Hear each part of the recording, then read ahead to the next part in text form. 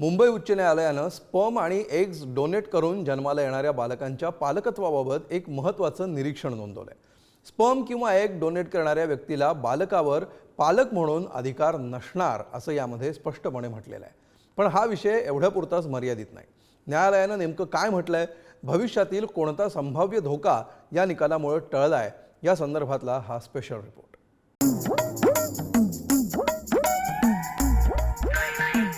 Vicky donor या सिनेमातला हा scene आठवतोय का? यातल्या कुणाचा मी बाप आहे असा प्रश्न विकीला विचारल्यावर 53 मुलं तुझीच आहेत असं त्याला सांगण्यात आलं. ही परिस्थिती सत्यात उद्भवणं हे अगदीच शक्य आहे, आणि तेही स्त्री आणि पुरुष दोघांच्याही बाबतीत.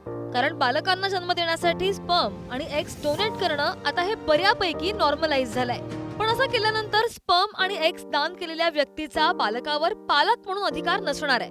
मुळातच पालकत्व म्हणजे केवळ आपल्यातील शुक्राणू किंवा बीजांड देणं इतकंच नाहीये, तर संस्कार करणं, पोषण करणं, संवेदना देणं हे सुद्धा आहे. एकंदरीतच काय तर बालकाला सुसंस्कृत करणं हा पालकत्वाचा अतिशय महत्वाचा भाग आहे. आणि हेच मुंबई उच्च न्यायालयानं पुन्हा एकदा अधोरेखित केलंय. एका खटल्याचा निकाल देताना न्यायालयानं या संदर्भातील भाष्य केलंय. ते प्रकरण नेमकं काय आहे समजून घेऊया. नेमकं खटला काय? डिसेंबर 2019 मध्ये महिलेला तिच्या बहिणीनं एक दान केलं.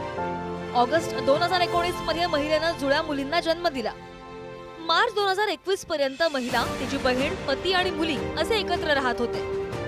2021 मध्ये ती महिला आणि तिचा पती विभक्त झाले. मुलींना घेऊन पती महिलेच्या बहिणीसोबत म्हणजेच मेहुणीसोबत राहू लागला. आपल्या मुलींना भेटण्याची परवानगी मिळावी म्हणून महिलेनं न्यायालयात याचिका दाखल केली. पतीने या याचिकेला विरोध दर्शवला. मेहुणीने एक दिल्यानं मुलांचा जन्म झाला आणि त्यामुळे पालक म्हणून तिचा हक्क पती. यावर न्यायालयानं महिलेच्या बाजूने निकाल दिला. न्यायालयानं नेमकं काय म्हटलंय तेही पाहूया. इच्छुक पालक, सरोगेट मदर आणि डॉक्टर यांच्यातील करारावर याचिकाकर्ती तिच्या पतीची सही लहान बहिणीने एक डोनेट केले असले तरी तिचा जुळ्या मुलींवर तिचा कायदेशीर अधिकार नाही. बहीण बायोलॉजिकल पालक असल्याचा दावा करू शकत नाही.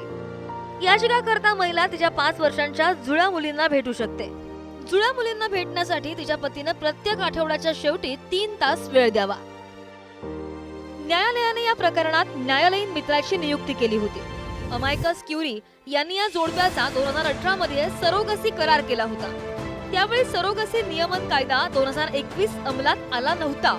एक डोनर आणि सरोगेट आईला बायोलॉजिकल पालकपदाचे सर्व अधिकार सोडावे लागतात. सध्याच्या प्रकरणामध्ये जुळ्या मुली या याचिकाकर्ती महिला आणि तिच्या पतीच्या मुली असतील याकडे न्यायालयाचं लक्ष वेधलं.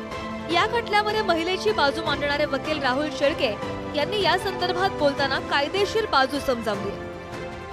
उच्च न्यायालयाने या प्रकरणात असं सांगितलेलं आहे की जे कोणी स्पर्म डोनर आहेत आणि जे कोणी एग डोनर आहेत, म्हणजे एग डोनर स्त्री असते आणि स्पर्म डोनर पुरुष असतो, त्याच्याद्वारे जे कोणी एग डोनर आणि स्पर्म डोनर आहे त्यांना बायोलॉजिकल मदर किंवा फादर म्हणून क्लेम करता येत नाही. आणि तो क्लेम त्यांचा कधी सर्वाईव्ह होणार नाही, कारण की इंडिड जे पॅरेंट्स असतात ज्यांनी सरोगसीद्वारे किंवा स्पर्म डोनरद्वारे, एग डोनरद्वारे अशा प्रकारचं अपत्य जन्माला घालायचं ज्यांनी ठरवलेलं आहे त्यांनाच ॲज अ बायोलॉजिकल पॅरेंट्सचा दर्जा मिळणार. ही झाली कायदेशीर बाजू. पण पालकत्व हे केवळ स्पर्म्स आणि एग पुरतं मर्यादित नाही. त्यासाठी जबाबदारी, ममता, प्रेम, संस्कार, जिव्हाळा या सगळ्या गोष्टींची अत्यावश्यकता असते. आणि हीच बाब न्यायालयानं या निर्णयात अधोरेखित केली आहे. केवळ या एका खटल्यापुरता हा निकाल मर्यादित नसून भविष्यात डोनर्स कडून शक्य असलेल्या फसवणुकींसंदर्भात सुद्धा महत्वाचाच आहे. मुंबईहून निखिल चव्हाण, ठाण्याहून निकेश शार्दूल आणि विक्रांत शिंदेसह ब्युरो रिपोर्ट, पुढारी न्यूज.